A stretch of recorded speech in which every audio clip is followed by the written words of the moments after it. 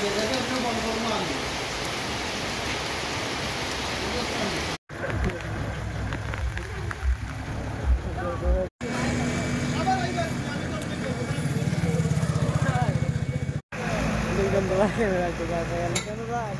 আছে।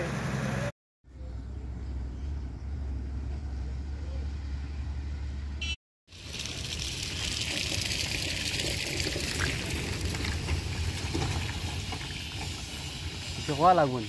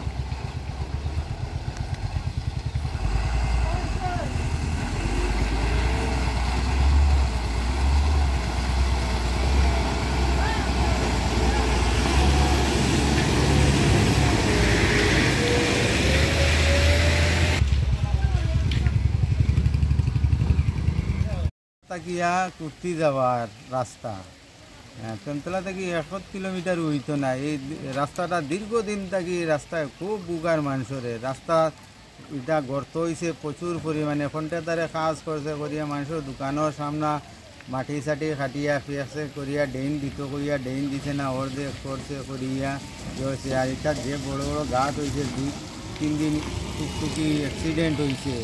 কন্ট্রাক্টরকে আমরা ফোন করলাম বলে দাদা এইটা দোকানের সামনে দিয়ে মাটিটা খাটাইলা ইনো ড্রেন করিয়ে দিতে হয় করিয়া দিমু করিয়া আজকে প্রায় 2.5-3 মাস হইয়া গেছে এখন অবধি ড্রেন টেন কিচ্ছু নাই। আর তো বৃষ্টি দিয়ালে খালি জল জমে রাস্তার কন্ডিশন দেখেন বাড়ি ঘরে ঢুকা যায় না রাস্তার কন্ডিশন টুকটুক টুকটুক লইয়া মানুষ এরপরে দোকানও কাস্টমার আইতে পারে না দোকানের সামনে ফেস থাকে তারারে খুইলেও আরে কাজ কর্ম খুইয়া তো করে না কাজ পড়িয়া গেছে দেখুন ওই কাজের কোয়ালিটিটা দেখুন জল ওই দেখুন কাজের কোয়ালিটিটা কীরকম হাঁটু জল হয়ে গেছে তো আগরতলার কিন্তু আর এটা আর একটা ব্রাঞ্চ হইল মানে ধর্মনগরের সমর্জিত করিয়া তাইনের আন্ডারে কাজ চলে তান দিয়েও আমরা ফোন করে বললাম বলে সমর্জিতদা আমরা দোকানের সামনে যে অবস্থা একটু করিয়া দিমু এখন অবধি করছে না।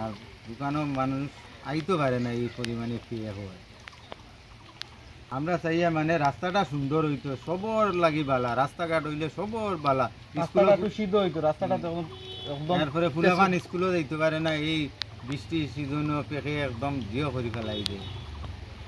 আমরা দেখুন বাগন স্কুলও আছে স্কুলের ফুলাফানটা স্কুলও যাইতে পারে না রাস্তার গর্তর কারণে বাইক সাইক গেলে বড় গাড়ি গেলে ফুলাফানোর কাপড় টাপড় বড়াই দিয়ে এমন বাজে এটা কি আসাম আগরতলা বিকল্প জাতীয় সড়ক কত নম্বর জানেননি? 8 নম্বর রাস্তা 8 নম্বর মেরামত করা হয় না ড্রেন করা হয় না সুন্দর করা হয় না তাহলে আমরা রাস্তা অবরোধ করব। আর দরকার পড়লে আমরা মুখ্যমন্ত্রীর কাছে চিঠি পাঠাই স্কুলে খুলাফান লইয়া আমরা রাস্তা অবরোধ করি।